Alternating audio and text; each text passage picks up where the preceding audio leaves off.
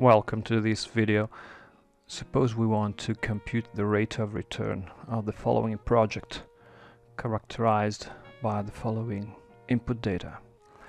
First, the income, the net operating profit after taxes, is expected to be 375 after one period and 225 after two periods. The pro forma book value is 600 at time 0 and 400 at time 1. The cost of capital is 15%. Let us calculate the total return, the total capital, and then the rate of return, what we have called the average internal rate of return, AIRR, which is a return on capital. Return on capital. It is the ratio of the return generated by the project and the capital invested in the project. Total return is the sum of the income, the sum of all the net operating profit after taxes. Obviously, we have to take account of the time value of money. So the total return is 375 plus 225, but we have to discount back by one period before we can sum.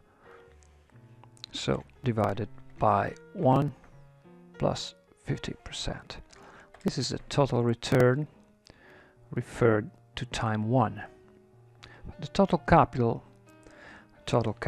is the sum of 600 invested at time 0, which is the beginning of the first period, plus 400, which is invested at the beginning of the second period. However, we have to discount back by one period because there is a lag of one period between 0 and 1. So divided by 1 plus 15%. And we have the overall capital. Now the total return, the total income, the total net operating profit is 570.7, and the total capital is 947.8. So we just have to divide the total income, 570.7, by 947.8, and we get 60.2%. This is the rate of return of the project, the expected rate of return of the project. We have an ex ante perspective. So the excess rate of return is given by the rate of return of the project minus the cost of capital, which means that the project generates 45.2% return over and above the cost of capital. The net present value, which is the value created by the project, is given by the product of the total capital and the excess rate of return, 428.5. In essence, with this investment, with this project, the investor invests a total 947.8 euros at an excess rate of return equal to 45.2%. So the result is that value is created. Value is created.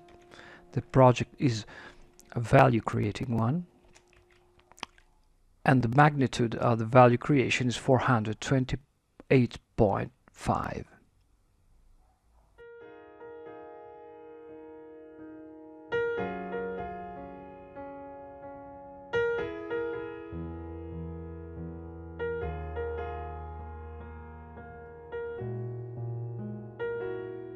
Now we consider a case of a project with many periods.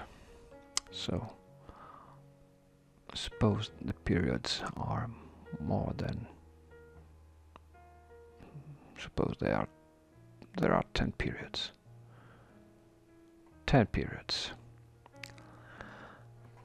And just put down some input data, possibly some negative incomes as well. Okay, these are the incomes, the stream of incomes. This is the return generated period by period by the project. The book value, the pro forma book value, I suppose is decreasing, slowly decreasing, and get to 0 at the end of the 10th period. Okay, now the cost of capital is 15%. Now we have to compute the total return and the total capital. Now we can compute the total return by discounting all the incomes and divide the discounted value of the incomes by the discounted value of the invested capital amounts. So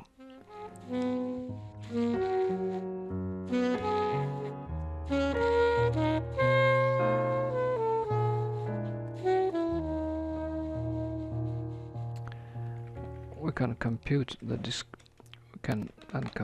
discount factor for each period. At time 0, the discount factor is 1. It means that €1 available at time 0 has a value of €1.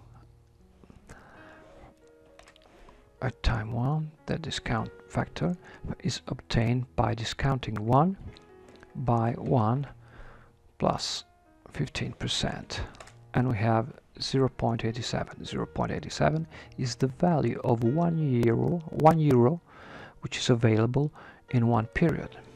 Then we copy.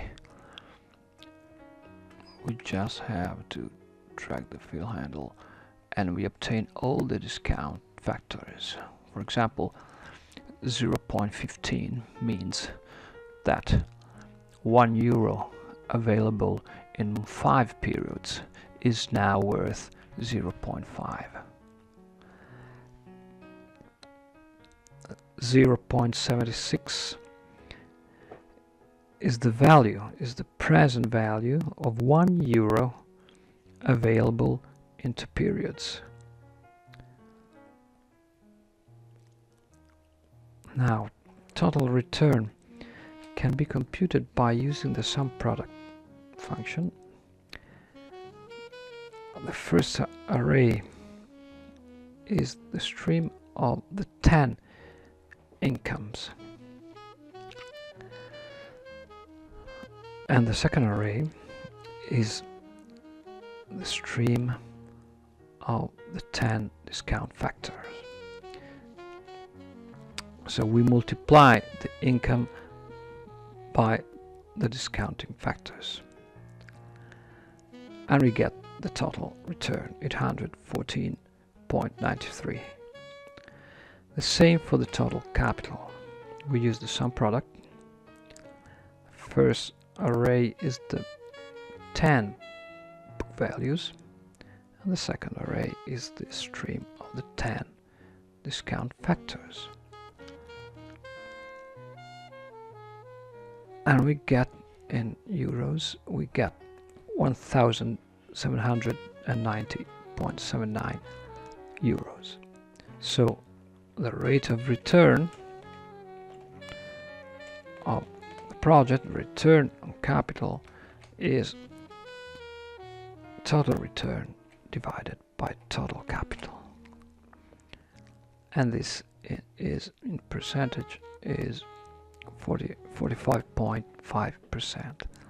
The excess rate of return is the difference between the rate of return of the project and the cost of capital. which is 30.5%. So the NPV is the product of total capital times excess return divided by 1 plus cost of capital, and this is 475.05.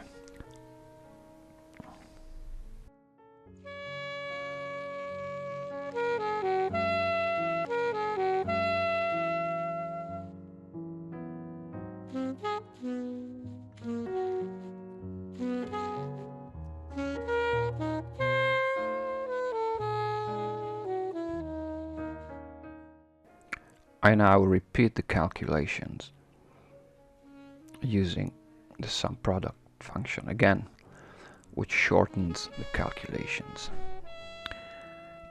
AIRR1 is the stream of incomes, the 10 incomes. AIRR2 is the streams of discounting factors.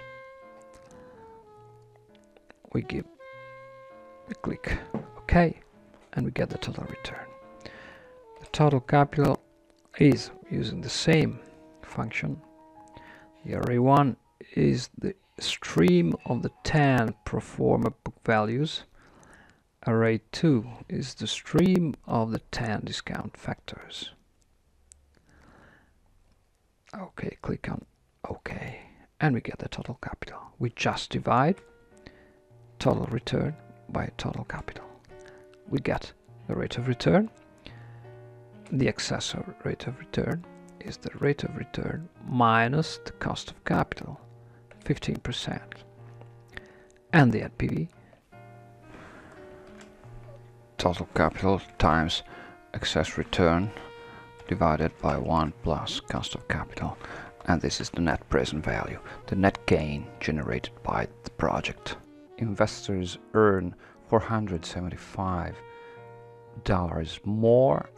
more than they would earn if they invested the same amounts of capital at 15%.